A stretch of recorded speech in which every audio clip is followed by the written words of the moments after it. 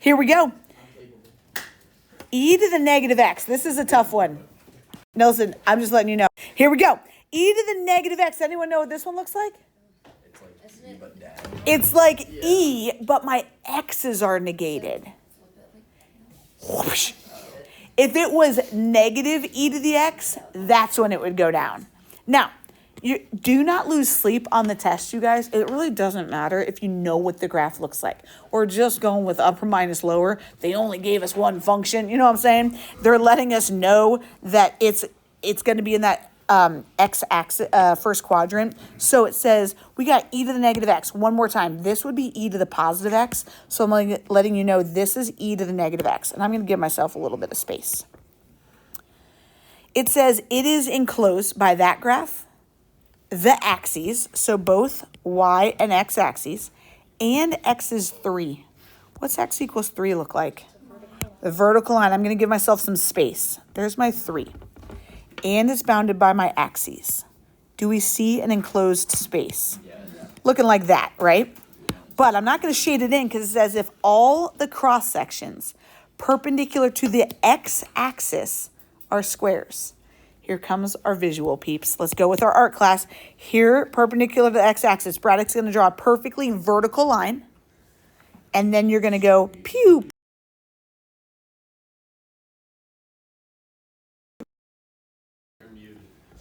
Thanks, buddy. Pew, pew, pew, pew. Do we need a lot of them? Nope. You could just do one. You don't even need any if you don't even need to visualize it. Because sometimes I think the visual might hurt us that we aren't that good of artists. Like, I get it, guys. I get it. It's hard. What I need you to focus on is if we're finding volume, volume is always just the integral, the area of the cross section. She's saying from 0 to 3. I agree with that, my friend. Upper minus lower is going to get me this length here. This length is just from my function to 0. What's my function? E to the negative x. That's my base. What's the height? The same thing, so I'm just going to square it. And then the lower. My lower is 0. Very good. If we had the lower, would we have to square that as well? Agreed. So it would be e to the negative x minus my lower. We would square that. Full quantity. Exactly. Yep. Great question. So, guys, I want to see if we can do this without a calc. Ooh, this one's hard without a calculator. Notice that this is from the BC test. Okay, so this is harder than we're going to need to do. But we can, this is good practice. What's the antiderivative? I'm sorry, let's simplify this first. E to the negative x squared. E to the negative 2x. Very good. Okay. Why is this one harder? Negative 2 e to the negative 2x. Would be the derivative. You gotta go back. So I got to undo that. You knew I was going to get an extra negative 2. So I got to do the opposite of that. So we can think about it as 1/2 or over 2. Either way. Positive or negative? Negative. Negative 1/2 or negative over 2. Which one do we want to do? It makes no difference. Negative 1/2. Okay, I dig it. So we're saying negative 1/2 e to the negative 2x. And again, that is the tough thing. We just undid chain rule. This derivative must match what I got. The derivative of this guy is all that guy times the derivative of the of the exponent. So the derivative would get me an extra negative 2, which would cancel out with that. Whew. All right, we got to go from 0 to 3. Be careful on this 0. It's not going to get me 0. So I'd get negative 1/2 e to the negative 6, right? Yep. Minus what? Minus another negative 1/2. So I'm going to say plus 1/2. E to the 0, which is good. So So what would this get me? 1/2. 1/2, very good. Times 1 is just 1/2. So I'm just writing that to see if that might help us. Oh, it's a. Negative 1/2 e to the negative 6 plus 1/2. I know, finding the... Wait, it's e. Yeah, it's C. Negative 1/2 times C. 1/2. Oh, yeah, no, it's gotta be C. It's gotta be C. It can't be C because this has an extra half over here.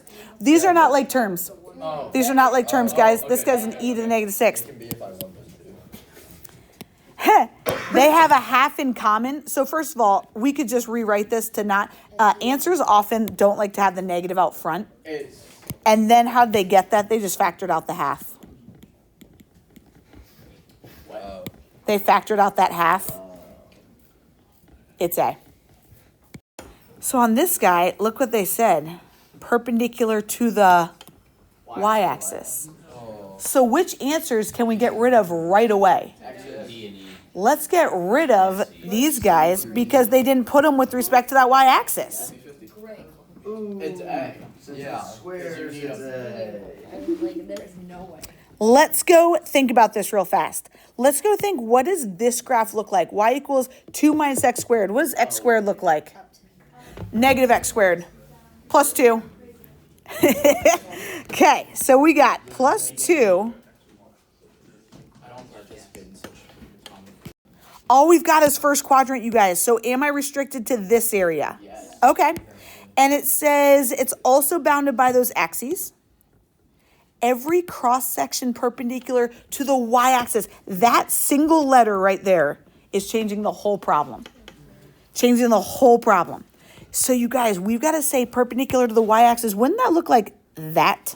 Yep. Okay, and then I'm going to go pew, pew, pew, and hope that it looks like a square. That is literally not you. Pew, pew, pew. Oh. Okay, here's the deal. There's no need for the pie. How am I going to get, oh, that you're not liking that pie. I like that you're not liking that pie. Oh, I didn't even see it. I didn't either. Here's the deal. If we've got to think about this, this equation was y equals 2 minus x squared. When we're doing it as dy, we need it as x equals. Ooh, so you gotta change it. We got to change it. Let's move that negative x squared over. X squared equals, say that again, 2 minus y. What would x equal? Square root of 2 minus y, yeah? Is that the exact same thing as y equals 2 minus x squared? It cancels out. Are these the two same? Are these the same? Yes. Yeah, they're just written in terms of different variables, which is fine. How would I get then this blue base of this square? You just. What's my upper? It's Where the. is the function? That root 2 minus y. And then you square. What's my lower? Which is just x equals 0. Very good. So, wouldn't we be saying how would I get this base then? It would be root 2 minus y squared. Root 2 minus y is my base, times the height would mean times another root 2 minus y, so I'm going to square that. From what y to what y would be my bounds? 0 to 2 on my y-axis. I don't see it as an answer. What happens with the square and a square root? The square, you square that thing. Those cancel out, and we're at B. Let's go summarize this real fast, you guys. Let's think about this real fast. If I just add up infinitely many lines, if I do infinitely many lines, really thin rectangles, wouldn't I get an area? Well said, a flat area. I agree. What if I add up infinitely many areas? Infinitely many triangles cross sections. Then I'm getting volume. And then I'm just putting our formula basically into words right here. You can find the blank of an object, volume, by integrating the area of the Many lines. cross sections. Well done.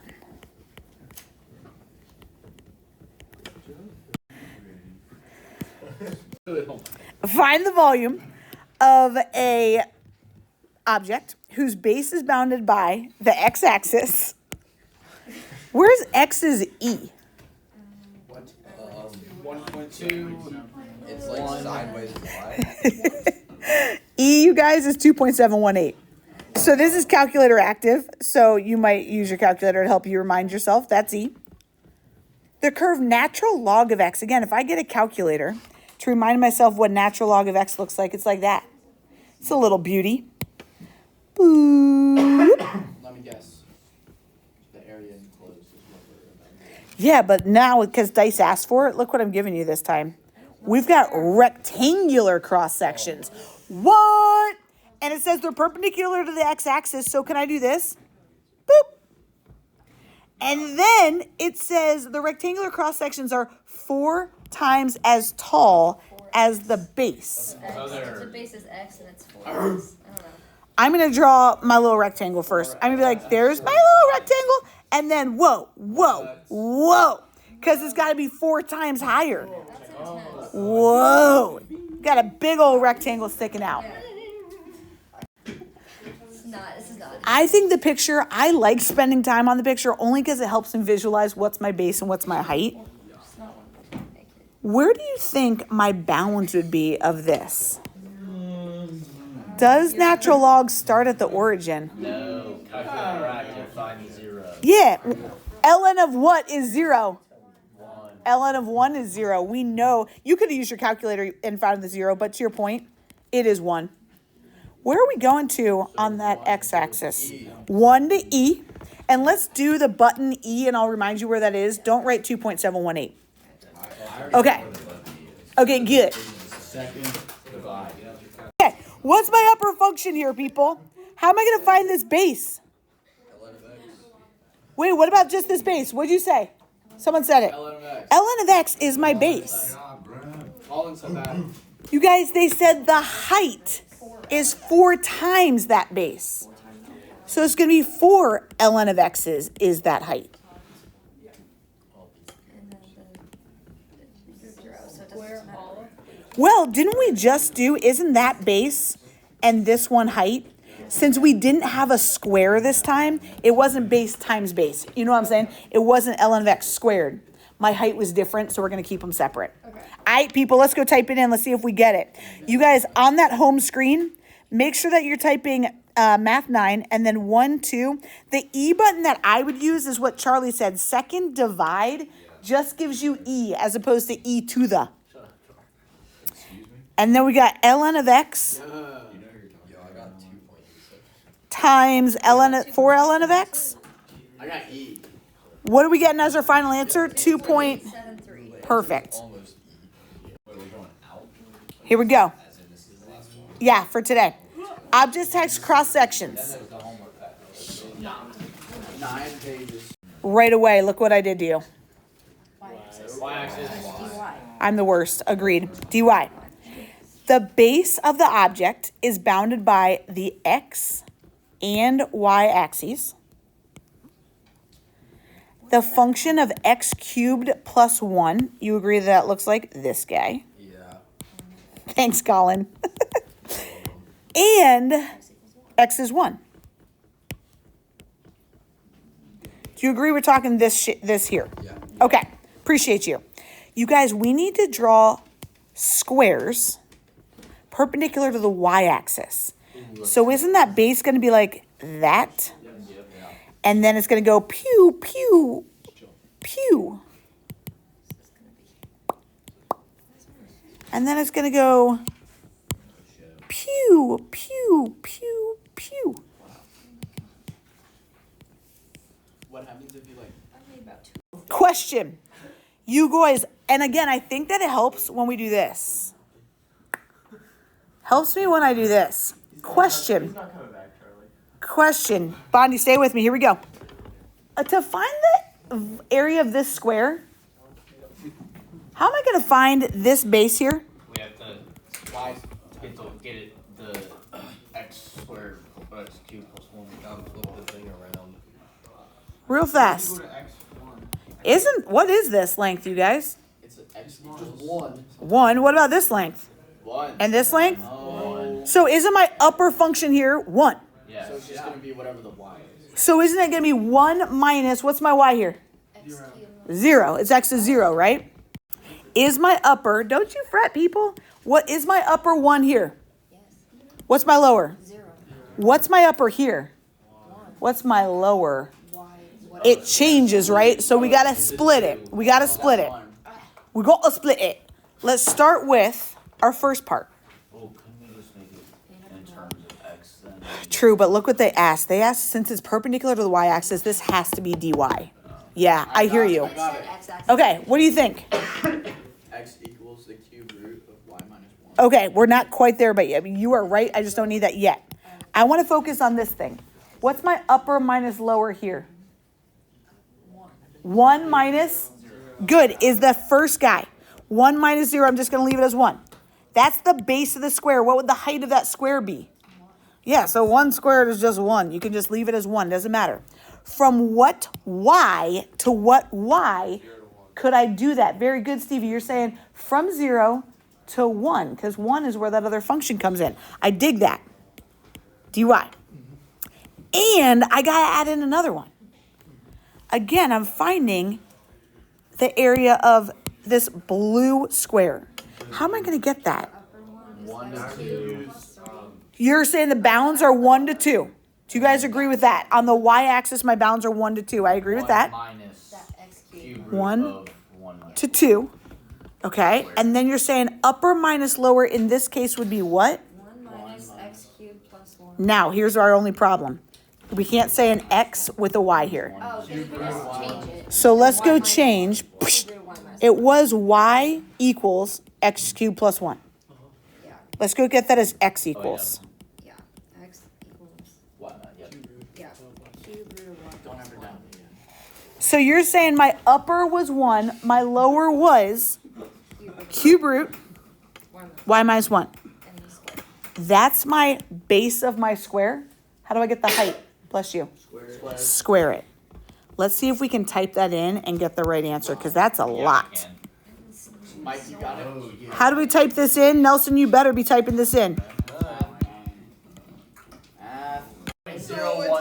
I did not get that. I got 1.24. 1 point 0 9999. If they could leave that as an answer, what would that be? If they only wanted 3 decimals. This is fine. You can leave it. Square it, that's fine. What would that be? 1 point.